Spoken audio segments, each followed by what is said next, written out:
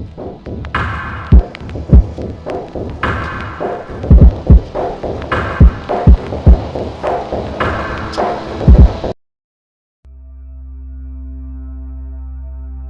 बैठा हूँ एक टूटे फूटे मकान के झरोखे पर, जो मकान मेरा ही है।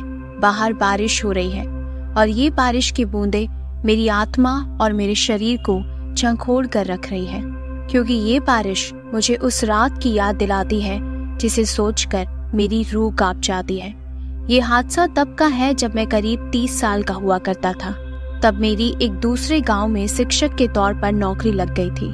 मेरा नाम संकेत है और ये नाम मैंने खुद को ही दिया है, क्योंकि जब मैं 6 साल का था तब मेरे असली माँ बाप मुझे सोनपुर के एक अनाथालय में छोड़कर चले गए थे।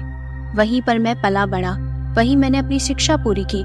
मैंने बचपन से ही सरकारी स्कूल में ही पढ़ाई की थी, इसीलिए मुझे सरकारी नौकरी की ही तलाश थी। उस दिन 8 जून शुक्रवार का दिन था। मैं सुबह सुबह उठा और जल्दी से अपने सामान के साथ तैयार हो गया। मैं बहुत खुश था क्योंकि मेरी नौकरी लग गई थी और अब मैं विज्ञान के विषय का शिक्षक था। सुबह 10 बजे की मेरी बस थी। मैं बस अड्डे पर पहुंचा। वहां पर एक छोटी सी लारी से मैंने कुछ खाने के लिए खरीद लिया। तब तक बस आ गई। मैं बस में चढ़ा। हालांकि मैंने अपनी टिकट पहले ही ले ली थी, इसलिए मुझे अपनी सीट आसानी से मिल गई। 30 साल का होने के बावजूद भी मैं कभी सोनगढ़ से बाहर कहीं नहीं गया था। ये मेरा पहला सफर था। मैं काफी खुश था और अपने सफर के मजे ले रहा था। पता ही नहीं चला कब मेरी आंख लग गई और मैंने एक सपना देखा। उस सपने में एक लड़की थी जो बार बार मेरा नाम ले रही थी और मुझे बुला रही थी। तभी अचानक मेरी आंख खुल गई। मैं बहुत हैरान हुआ कि आज तक तो मैंने ऐसा कोई सपना नहीं देखा। आखिर वो लड़की कौन थी? मैं उसका चेहरा नहीं देख पाया था, लेकिन फिर मैंने सोचा बस ऐसे ही कोई सपना आ गया होगा। यही सोचते सोचते 3 घंटे 40 मिनट के सफर को पार करके मैं पहुंच गया था इस दूसरे गांव। मैं काफी थक गया था। मैं सीधा विद्यालय पहुंचा। बड़ा ही सुनसान सा वातावरण था। मैं आचार्य जी को ढूंढते ढूंढते कार्यालय में पहुंचा। उन्होंने मुझसे जानकारी ली और मैंने उनसे पूछा, सर मैं यहाँ पर पहली बार आया हूँ और अकेला भी हूँ, रहने के लिए और खाने पीने के लिए। मैं इतना बोल ही रहा था और उन्हें संकोच में देख रहा था। तभी आचार्य जी हंसते हुए बोलने लगे, अरे घबराओ मत, स्कूल के पीछे ही हॉस्टल है। आपके रहने और खाने पीने की व्यवस्था हमने पहले ही करवा दी है। ये लीजिए, ये आपका पहचान पत्र है। मैंने आपके बारे में बता दिया है कि आज एक नए शिक्षक आने वाले हैं और वो आपको आपके कमरे की चाबी भी दे देंगे। ये जानकर मैं खुश हुआ। मुझे राहत मिली कि चलिए मेरे रहने का और खाने पीने की व्यवस्था तो पहले से ही हो गई है। मैंने उन्हें धन्यवाद कहा और चल दिया हॉस्टल की तरफ। मैं जैसे ही वहाँ पर पहुँचा, वहाँ एक पुराना सा टेबल और कुर्सी रखी हुई थी। उस पर एक बूढ़ा आदमी बैठा हुआ था जो मुझे ऐसे घूर रहा था जैसे मैंने उसका खून कर दिया हो। मैं आगे बढ़ा और उनसे कहने लगा, चाचा मैं यहाँ का नया शिक्षक हूँ, संकेत। ये मेरा पहचान पत्र है। और मैंने अपना हाथ आगे बढ़ाया। वो बूढ़ा मेरा पहचान पत्र हाथ में लेकर मुझे अपने चश्मे से देखने लगा। उन्होंने हाथ में चाबी लेकर मेरे सामने अपना हाथ बढ़ाया। मैंने चाबी ली और अपने रूम की तरफ निकल लिया। जैसे ही मैं कमरे में आया, मैंने कमरे को देखा तो बहुत ही पुरानी एक चारपाई रखी हुई थी, एक पीने के पानी का मटका और ग्लास, और पूरा कमरा खाली सा और कुछ वीरान सा लग रहा था। उसी कमरे में एक बाथरूम था। मैं काफी थका हुआ था, सोचा स्नान कर लूं। मैंने अपना सामान एक तरफ रखा और बाथरूम की ओर बढ़ा। जैसे ही मैंने बाथरूम का दरवाजा खोला, टूटी सी दीवार जिसका रंग भी मानो उड़ सा गया था, एक छोटी सी बाल्टी, जैसे तैसे मैंने स्नान किया और मैं बाहर निकला। अब मुझे थोड़ा अच्छा लग रहा था और मैं सीधा चारपाई पर जाकर लेट गया और सो गया। लेकिन कुछ ही देर बाद मेरी आंख खुली तो मेरा पूरा शरीर पसीने से नहा चुका था और मैं बहुत ज्यादा घबरा रहा था, क्योंकि मैंने वापस उसी लड़की का सपना देखा था। वो बार बार मेरा नाम ले रही थी, लेकिन इस बार वो मेरे नाम के साथ साथ मुझे कुछ कह भी रही थी। वो कह रही थी, मुझे पता था कि तुम जरूर आओगे, मुझे तुम्हारा ही इंतजार था। आखिर तुम आ ही गए ना संकेत। इस बार भी मुझे उसका चेहरा नहीं दिखा था। मैं सोच में पड़ गया कि ये एक ही लड़की बार बार मेरे सपने में क्यों आ रही है और ये मुझे ऐसा क्यों कह रही है। आखिर हकीकत क्या है। मैं यही सोचते विचारते अपने कमरे में चलने लगा और यही सोचते सोचते रात हो गई। मैं अपने कमरे में यहाँ से वहाँ चक्कर लगा रहा था। तभी मेरे दरवाजे पर दस्तक हुई। मैंने दरवाजा खोला तो सामने एक 16-17 साल का लड़का हाथ में खाना लेकर खड़ा था। उसने मुझे देखकर एक आश्चर्यचकित मुस्कुराहट दी और मुझसे कहा, ये लीजिए साहब जी, आपका खाना। मैंने उससे पूछा, तुम्हारा नाम क्या है? उसने कहा, राजू। मैंने कहा, अच्छा राजू, इतनी छोटी उम्र में तुम काम कर रहे हो, तुम्हें पढ़ने का मन नहीं करता? तभी राजू ने कहा, साहब जी, जिनके घर पर घर की जिम्मेदारियां होती है ना, उनका मन मर जाता है। मासूमियत भरे अंदाज में उसने मुझे जवाब दिया। मैंने उसके सर पर हाथ रखा और मैं मुस्कुराया। उसने मेरे हाथ में खाना दिया और वो चला गया। मैंने दरवाजा बंद किया और मुंह हाथ धोकर खाना खाने बैठ गया। मैंने पूरे दिन से कुछ नहीं खाया था, इसलिए मुझे वो खाना बहुत अच्छा लग रहा था। अब मैं अपने बैग को निकालकर उसमें से कुछ किताबें निकालने लगा। मुझे रात को किताबें पढ़ने की आदत थी। मैं किताबें पढ़ते हुए एकदम गुम सा हो गया था, लेकिन तभी अचानक मेरे कानों में एक हल्की सी आवाज आई। ऐसा लग रहा था जैसे कोई गाना गुनगुना रहा है, और ये आवाज किसी लड़की की थी। मैं उस आवाज को ध्यान से सुनने की कोशिश करने लगा, और कब मैं उस आवाज को सुनते सुनते हॉस्टल से बाहर निकल आया, मुझे ही पता नहीं चला। मैं बढ़ता ही जा रहा था उस आवाज की तरफ, और बस चलता जा रहा था, और मैं जंगल की ओर निकल गया। ये आवाज जंगल की तरफ से आ रही थी। मैं जंगल में पहुंचा। वहाँ एक तालाब के पास का नजारा देखकर मैं दंग रह गया। वहाँ पर एक लड़की बैठी थी, और वही लड़की ये गाना गुनगुना रही थी। ये उसी की आवाज थी। आज पहली बार मैं उस लड़की का चेहरा देख रहा था। उसे देखते ही मैं पहचान गया था कि वही लड़की है जो मेरे सपने में आती है। मुझे एक अजीब सा डर भी लग रहा था। मैं पेड़ के पीछे छुपकर बस उस लड़की को देख रहा था। कब समय बीत गया मुझे पता ही नहीं चला। कड़कती हुई सूरज की रोशनी मेरी आंखों पर पड़ी और मेरी आंखें खुल गई। ये क्या? मैंने खुद को उसी पेड़ के पास पाया। मुझे कुछ भी याद नहीं आ रहा था। मेरा सिर चकरा रहा था। मैंने अपने दिमाग पर जोर दिया तो मेरे दिमाग में वो लड़की घूम रही थी। मुझे याद आया कि कल रात को मैंने यहाँ पर क्या देखा था। मैं खड़ा हुआ और हॉस्टल की तरफ बढ़ने लगा। पूरे रास्ते में मैं उसी लड़की के बारे में सोच रहा था। मैं हॉस्टल पहुंचा तो वो खड़ूस बूढ़ा वहाँ बैठा हुआ था और वो मुझे ही घूर रहा था। मैं चुपचाप अपने रूम में गया और रूम में जाते ही नहाने चला गया। नहाकर मैं तैयार हुआ। अभी स्कूल को खुलने में 2 दिन का वक्त था। मैंने सोचा कि क्यों ना मैं थोड़ा सैर पर चला जाऊं, थोड़ा दिमाग भी सही हो जाएगा, और मैं चल दिया बाजार में घूमने के लिए। तभी किसी ने पीछे से मुझे ऐसे पकड़ा कि मैं एकदम से डर गया। मैं पीछे मुड़ा तो एक बहुत ही बुजुर्ग आदमी था, एकदम मैला कुचैला सा, किसी पागल की तरह लग रहा था, और वो मुझे देखकर जोर जोर से चिल्लाने लगा, चला जा यहाँ से चला जा, वो तुझे ही ढूंढ रही है। मैं बस उसे देख रहा था और वो ये सब कुछ कहकर जोर जोर से हंस रहा था। मैं समझ नहीं पा रहा था कि वो ये सब कुछ क्यों बोल रहा है। मैंने उससे अपना हाथ छुड़वाने की कोशिश की, तभी वो बोला, नियति दोहराएगी फिर वही कहानी, और वो जोर जोर से हंसने लगा। अब उस बूढ़े की बातें मुझे बहुत परेशान करने लगी। कैसे भी करके मैं उस बूढ़े से अपना पीछा छुड़वाकर वहाँ से भागा और सीधा हॉस्टल पहुँच गया। मेरे कमरे में आकर मैंने चैन की सांस ली। मैं बस यही सोच रहा था कि आखिर हकीकत क्या है, ये गांव इतना रहस्यमय क्यों है, क्या मैंने यहाँ पर आकर कोई गलती कर दी? ये सवाल मैं खुद से पूछ रहा था। मैं बहुत ही परेशान था, और ऊपर से वो लड़की जो बार बार मेरे सपने में आ रही थी, जिसे मैंने जंगल में देखा। ये सब मेरे साथ क्या हो रहा था? मैं उस लड़की से मिलना चाहता था, उससे कई सवाल पूछना चाहता था कि आखिर वो कौन है, लेकिन मुझे कुछ भी समझ में नहीं आ रहा था कि आखिर मैं क्या करूं। मैंने सोचा कि क्यों ना मैं दोबारा उस जंगल में चला जाऊं, शायद वो लड़की मुझे वहां मिल जाए। लेकिन सच बताऊं तो मुझे बहुत डर भी लग रहा था, लेकिन फिर भी मैंने हिम्मत की और चल दिया उस जंगल की तरफ, इस उम्मीद से कि शायद वो लड़की मुझे वहां दिख जाए। चलते चलते मैं उस जंगल में पहुंच गया। उसी तालाब के पास जाकर मैंने देखा तो वहां पर वो लड़की बैठी थी। मैं उसके पास जाना चाहता था, पर मुझे बहुत डर लग रहा था।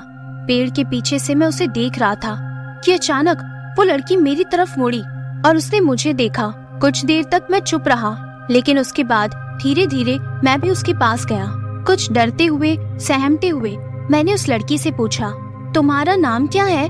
उस लड़की ने कहा, मेरा नाम गौरी है। मैं यही इस जंगल में एक झोपड़ी में रहती हूँ।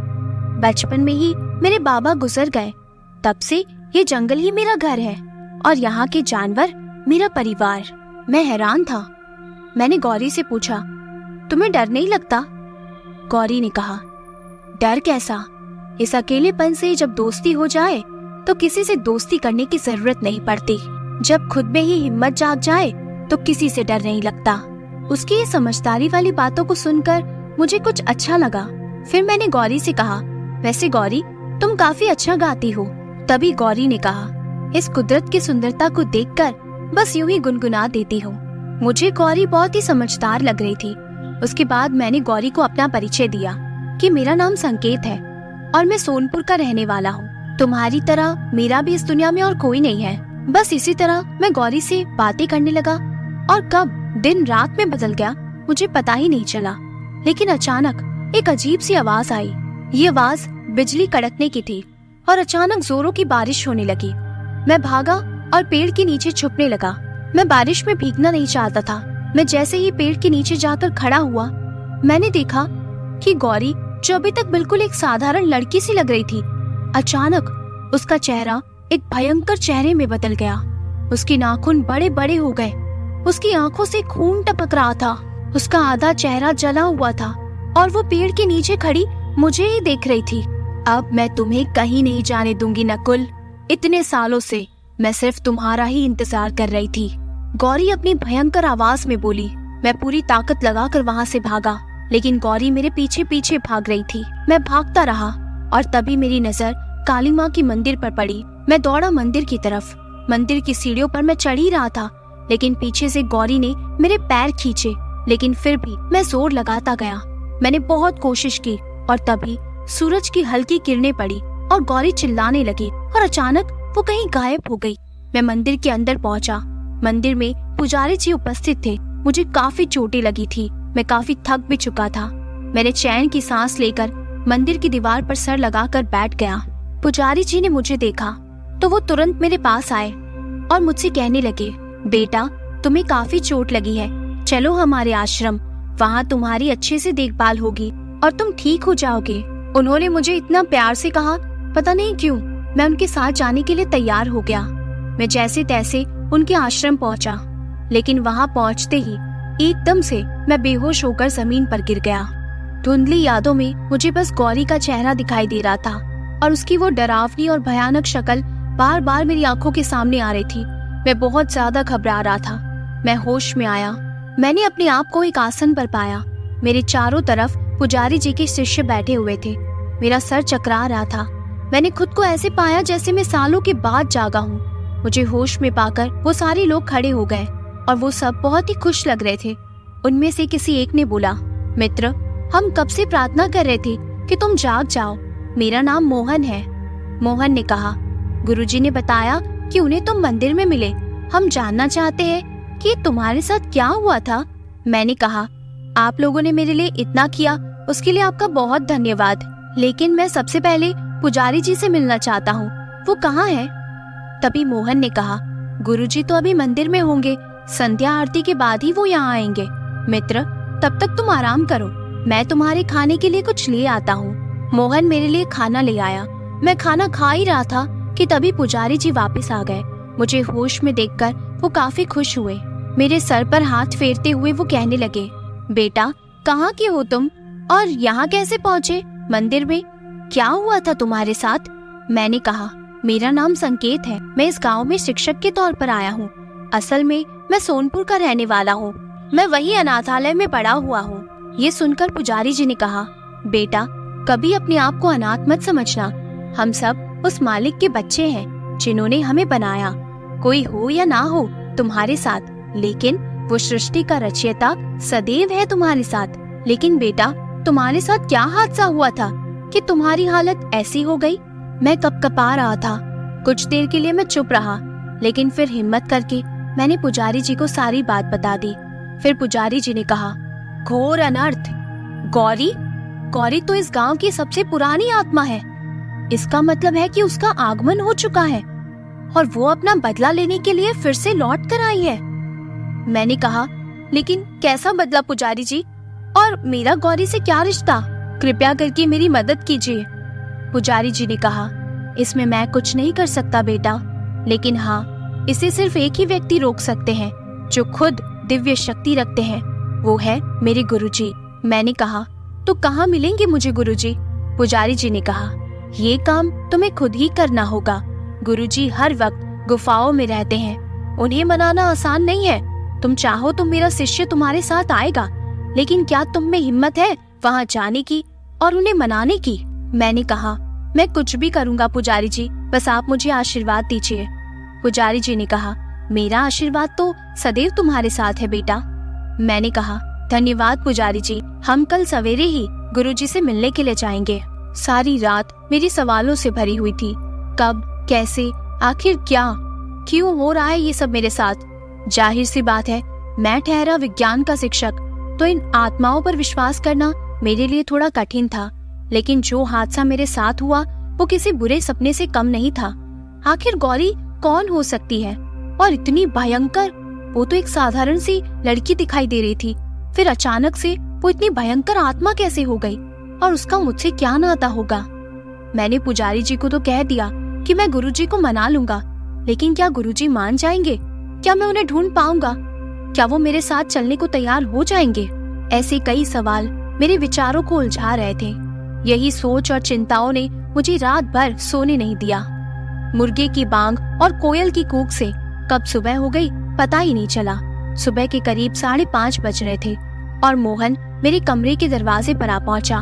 मैंने दरवाजा खोला तो वो बोला, चलो मित्र, मैं तैयार हूँ, अब तुम भी तैयार हो जाओ, हमें पहुँचते पहुँचते शाम हो जाएगी।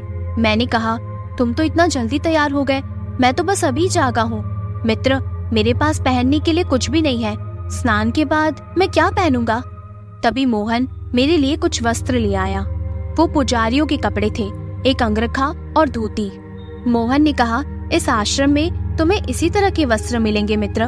मैंने स्नान करके कपड़े पहन लिए और अपने सफर के लिए तैयार हो गया। बातें करते करते हम इतना चल लिए थे कि गांव के बहुत आगे निकल आए थे, जहां चारों ओर हरियाली ही हरियाली थी। दोपहर भी हो गई थी और मोहन को भी काफी भूख लग गई थी। मोहन ने मुझसे कहा, मित्र, अब हम यहाँ थोड़ा विश्राम कर लेते हैं, मैं अपने साथ भोजन लाया हूँ, कुछ खा लेते हैं, उसके बाद आगे का सफर तय करेंगे। हम दोनों ने कुछ समय विश्राम किया। भोजन करके दोबारा हम अपनी राह पर चल दिए। बहुत देर चलने के बाद आखिरकार हम पहुँच गए उस गुफा जहाँ गुरुजी तप किया करते थे। बड़ी सुनसान सी और अजीब सी जगह थी वो, अजीब सा सन्नाटा था। हम दोनों गुफा में प्रवेश हुए। हर जगह मशालें लगी हुई थी, मंत्रों के जप करने की आवाजें आ रही थी। गुफा के अंदर हम बहुत अंदर तक चले गए, तब जाकर हमें गुरुजी के दर्शन हुए। वो आंखें बंद करके ध्यान कर रहे थे। काले रंग के कपड़े, गले में, हाथों में हर जगह रुद्राक्ष की मालाएं, लंबी लंबी जटाएं और कपाल पर लंबा लाल रंग का तिलक। उनके कुछ शिष्य भी वहीं बैठे हुए थे। उन्होंने हमें हाथों से इशारा किया कि चुप रहना, गुरुजी ध्यान कर रहे हैं। हम दोनों चुपचाप एक कोने में जाकर बैठ गए। गुरुजी जैसे ही ध्यान से निकले तो वो हमें ही देख रहे थे। मोहन ने शुरुआत की। मोहन ने कहा, प्रणाम गुरुजी, मैं मोहन। अभी मोहन ने इतना कहा ही था कि तभी गुरुजी ने उसे हाथ के इशारे से रोका और मेरी तरफ उंगली करते हुए बोला, तू यहाँ किस लिए आया है?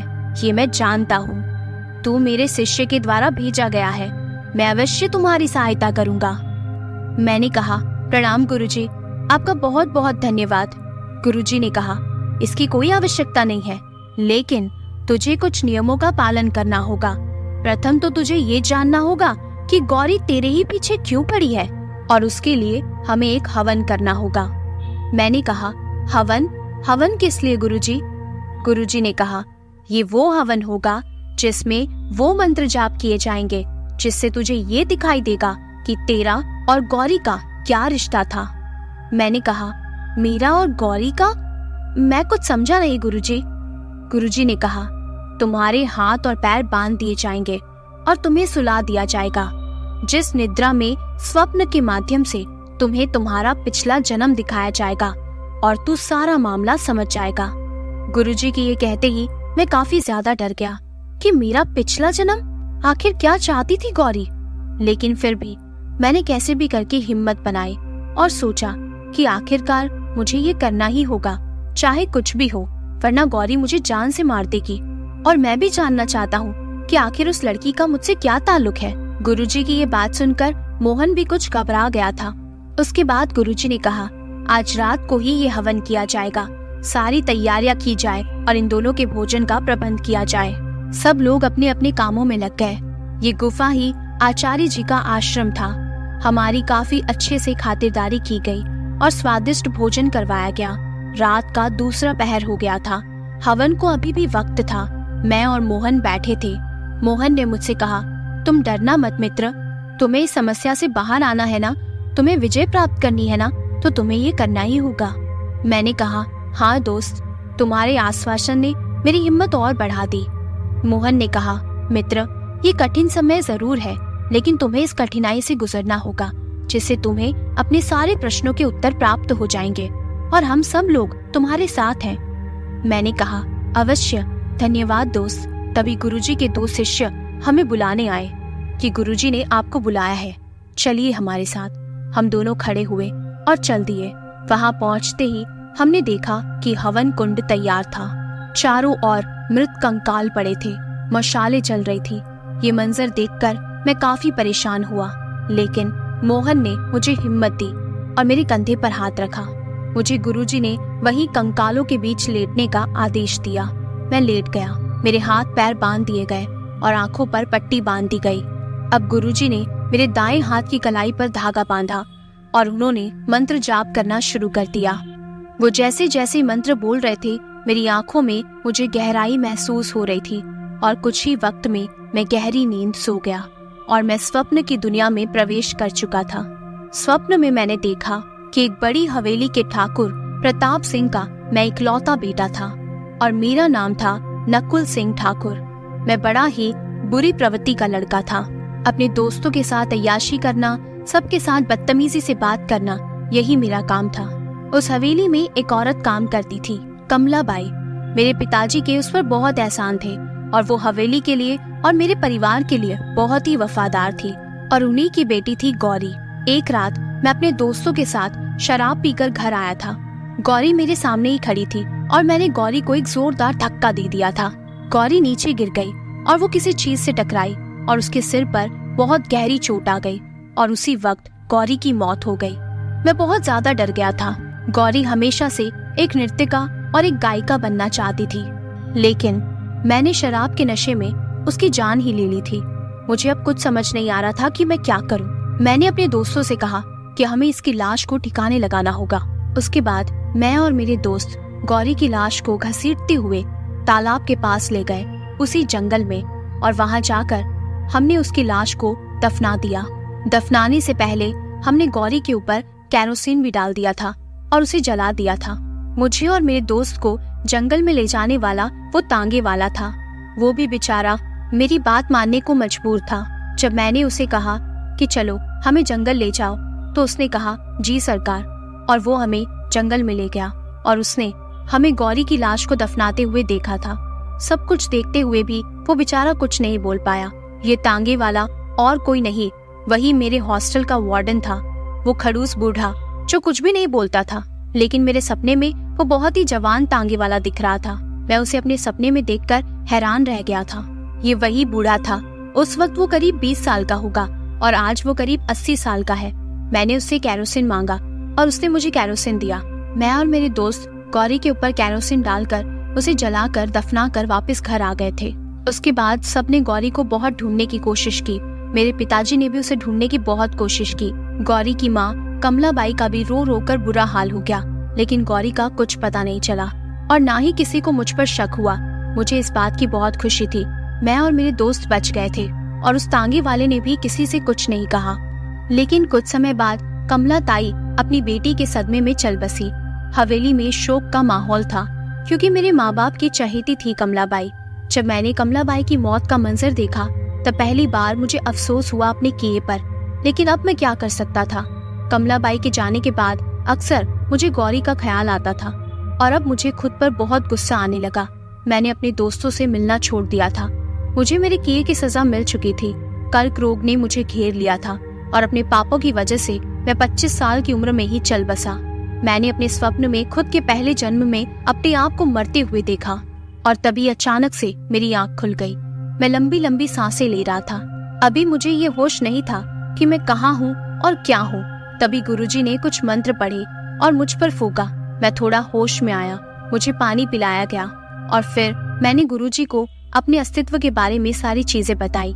गुरुजी ने कहा, बेटा, मुझे तो पहले से ही पता था कि तुम्हारा अस्तित्व क्या है, लेकिन मैं ये भी जानता था कि अगर मैं तुम्हें ये सब कुछ पहले बता देता तो शायद तुम्हें मेरी बातों पर यकीन ना होता।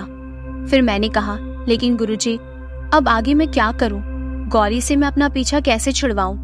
गुरुजी ने कहा, बेटा, तुमने गौरी की हत्या की है और उस वक्त तुम नकुल थे और अब तुम नकुल का दूसरा जन्म हो और गौरी को तुम्हारी मौत चाहिए।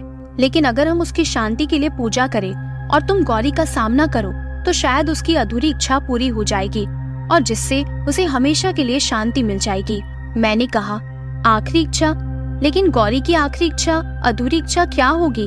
गुरुजी ने कहा, तुम्हें उसे पायल पहनानी होगी और एक नर्तिका के कपड़े जो लाल रंग के होने चाहिए और पूरा श्रृंगार तुम्हें उसे देना होगा जिससे वो खुश हो जाएगी और तुम्हें उसे ये बताना होगा कि तुम नकुल नहीं हो। मैंने कहा, लेकिन मैं ये सब कुछ कैसे करूँगा गुरुजी?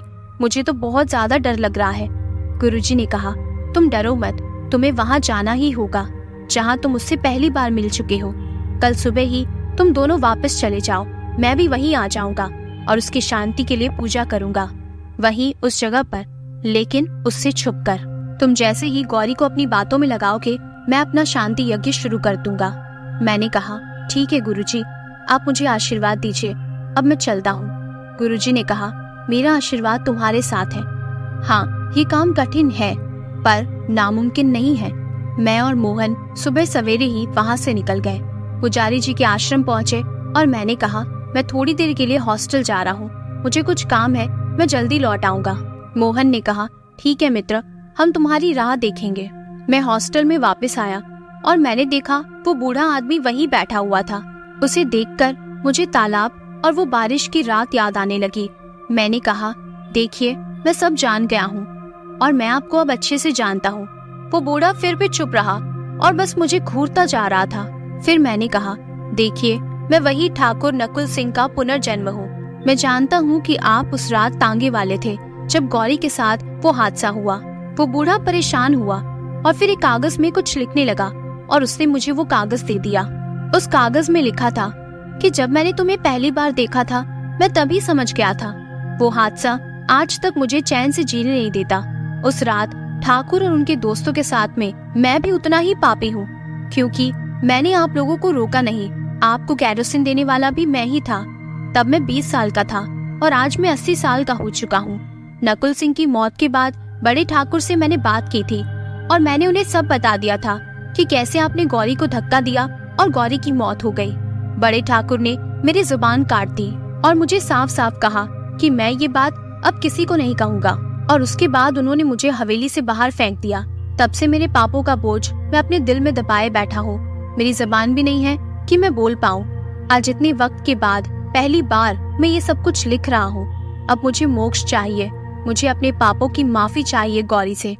मुझे इस बोझ से आजादी चाहिए, मेरी मदद कर दो। मैंने वो कागज पढ़ा और उस बूढ़े को सारी बात बता दी कि कैसे मैं गौरी से कहाँ मिला और क्या हुआ और अब इसका क्या उपाय है। लेकिन इससे पहले मुझे ये बताइए कि नकुल के दोस्तों के साथ क्या हुआ था। उसके बाद उस बूढ़े आदमी ने दोबारा कागज पर कुछ लिखा, जिसे पढ़कर मैं हैरान रह गया। उस बूढ़े आदमी ने कागज पर लिखा था कि जब नकुल की मौत हो गई, उसके बाद से जंगल की ओर जाने में दहशत सी फैल गई थी। कभी भी किसी को भी गौरी की आत्मा दिखाई देने लगती, उसकी चीखें सुनाई देने लगती। गौरी ने एक एक करके उन सबको मार दिया जो लोग भी इस पाप में शामिल थे।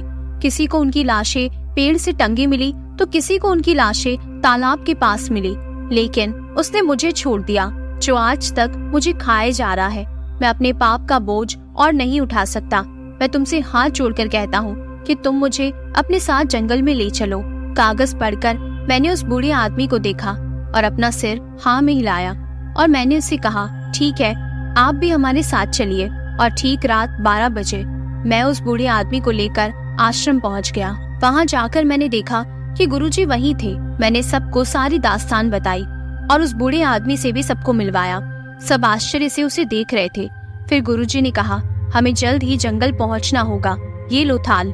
मैंने देखा उस थाल में पायल, लाल रंग के वस्त्र और सारी श्रृंगार की चीजें थी।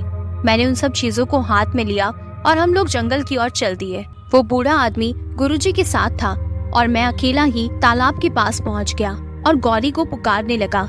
जब मैं गौरी को पुकार रहा था तो डर के मारे मेरा शरीर कांप रहा था। तभी अचानक आसमान में बिजलियां चमकी और बादलों की गरजने की आवाज के साथ ही जोरदार बारिश शुरू हो गई और अचानक से मुझे बांसुरी की आवाज सुनाई देने लगी और वो आवाज मेरे पीछे से आ रही थी। पूरा माहौल खौफ से भर गया था। मैं समझ गया था कि गौरी आ गई है। जैसे ही मैं पीछे मुड़ा तो गौरी पेड़ के पास खड़ी बांसुरी बजा रही थी और उसके आसपास से धुआं निकल रहा था। मैंने उसे देखा तो उसका चेहरा बहुत ही ज्यादा डरावना लग रहा था और वो मुझे ही देख रही थी और जोर जोर से हंस रही थी। तभी गौरी ने कहा, आखिर आ ही गए तुम। तुम्हारे इंतजार में आज तक मुझे शांति नहीं मिली, लेकिन अब। वो कुछ और बोलती उसके पहले ही मैं उसके पैरों में गिर गया और उसे पायल पहनाने लगा। वो अचानक भयंकर रूप से दुखमय नजरों से मुझे देखने लगी। अचानक ही हंसते हंसते वो रोने लग गई। जैसे ही मैंने उसे पायल पहनाई वो मोरनी की तरह नाचने लगी और साथ ही साथ गाना गुनगुनाने लगी। मैं उसे देख रहा था। वो थोड़ा रुकी तो मैंने उसे वो लाल जोड़ा दे दिया और वो श्रृंगार की चीजें।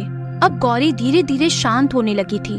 जैसे ही गौरी कुछ शांत हुई, अचानक पीछे से आकर गुरुजी ने उस पर राख छिड़क दी। तभी गौरी जोर जोर से चिल्लाने लगी। गुरुजी के शिष्यों ने गौरी को बेड़ियों में जकड़ लिया। तभी गुरुजी ने कहा, बोल क्या चाहिए तुझे, अब तू यहाँ से जाएगी या नहीं। तभी गौरी ने कहा, छोड़ दे मुझे, बलि चाहिए मुझे। तभी गुरुजी ने कहा, किसकी बलि चाहिए तुझे। गौरी जोर जोर से हंसने लगी और कहने लगी, मुझे नकुल सिंह की बलि चाहिए। मैं जानती हूँ कि ये संकेत ही नकुल सिंह है और ये इसका पुनर्जन्म है। तभी गुरुजी ने कहा, नहीं, ये संकेत है, ये ठाकुर नकुल सिंह नहीं है। तू इसे छोड़ दे और बोल कि तू कैसे जाएगी, चली जा यहाँ से। तभी गौरी ने उस बूढ़े आदमी की ओर इशारा करते हुए कहा कि अगर ये नकुल सिंह नहीं है तो मुझे उसकी बलि चाहिए, मैं उसे मार दूंगी। तभी वो बूढ़ा आदमी गौरी के पैरों में गिर पड़ा और हाथ जोड़ते हुए रोते हुए इशारों में गौरी से माफी मांगने लगा। गुरुजी ने इशारा किया कि गौरी की बेड़ियां छोड़ दी जाए और गौरी को छोड़ दिया गया। गौरी ने गुरुजी के हाथ से त्रिशूल छीना और उस बूढ़े आदमी का सर धड़ से अलग कर दिया। अब गौरी जोर जोर से हंसने लगी और साथ ही साथ रोने भी लगी। गौरी के चेहरे पर उस बूढ़े आदमी का खून था। उसे पहुंचते हुए वो जोर जोर से चीख रही थी। उसकी चीख इतनी डरावनी थी कि हम सब लोगों ने अपने कान बंद कर लिए थे और अचानक से वो खाक बनकर उड़ गई। तभी गुरुजी ने कहा कि गौरी की आत्मा को उसका प्रतिशोध मिल गया है। हमें उसकी आत्मा की शांति के लिए पूजा करनी होगी और अब वो कभी वापस नहीं आएगी। गुरुजी पूजा करने लगे गौरी की आत्मा की शांति के लिए और मैं सिर्फ गौरी के बारे में सोच रहा था कि गौरी ने सबको मार दिया, लेकिन उसने मुझे क्यों छोड़ दिया। आखिरकार गौरी को जान से मारने वाला तो मैं ही था। तभी मुझे गुरुजी ने बताया कि दरअसल गौरी मुझसे प्रेम करती थी, लेकिन वो मुझे कभी बता नहीं पाई। उस हादसे के बाद गौरी का प्रेम नफरत में बदल गया था, लेकिन फिर भी कहीं न कहीं वो आज तक मुझसे प्रेम करती रही और इसीलिए उसने मुझे छोड़कर सबको मार दिया। पूजा के बाद मैं पुजारी जी के आश्रम पहुंचा। रात कैसे भी करके कट गई और फिर नया सवेरा आया जो एक नई उम्मीद लेकर आया। मैंने पुजारी को और बाकी सबको अलविदा कहा। अब मुझे जाने की आज्ञा दे, अब मैं यहाँ और नहीं रहना चाहता।